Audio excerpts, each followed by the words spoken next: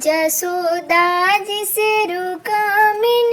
आराजा करे रुकामिन आराजा करे हो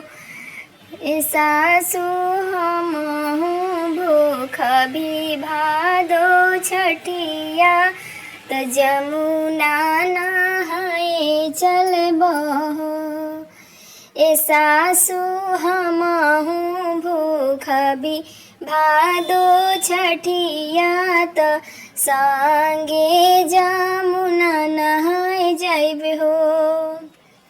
बोलिया तारू कमी न बोलेली बोलाहू न जानेली बोलाहू न जानेली हो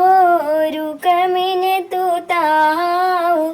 नाने के बांझिनिया छठिया कैसे भूखबू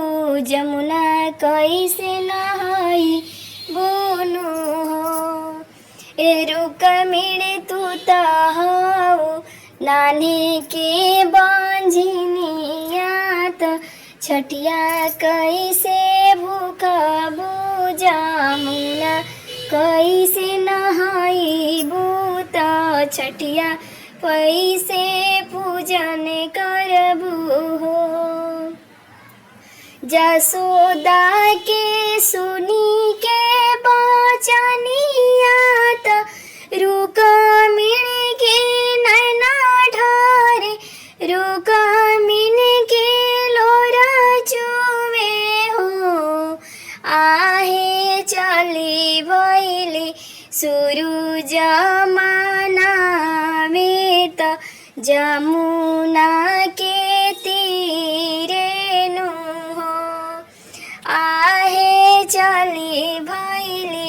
सुरुज मनावे त जमुना के तीरे नु हो जमुना में डुबकी लगाई सूरज देवी माना मली आदिता देवी माना मिली हो आहे भई दाना हमारो चरवात हमू छठिया भूखब गोदिया लाल खेली हो आहे भरी दाना हम रोया चरवात हमू छठिया भूखबी गोदिया लाल खेली हने हो रुकमिन के मनसा सूजा देवा पूरन कइले गोदिया जे भरी दियाले गोदिया जे भरी दियाले हो या हो भूखले छठ बरतिया त पूजन करिले लीनु रुकमिन के मनसा पूरा कैले सूज देवे भइले हो रिलावानु हो आओ या जस सपनवा पूरा भइले हो रिलवा गोदिया खेलले हो सोहर गावेली जा सोदात यान धनलु टावेली हो इरु कमीन आवे दे हूँ बादो के हिना मात छठ व्रत करिहनु हो एरु कमीन आवी देहु भादु के हिना माता छठ व्रत करिहा त जमुना ने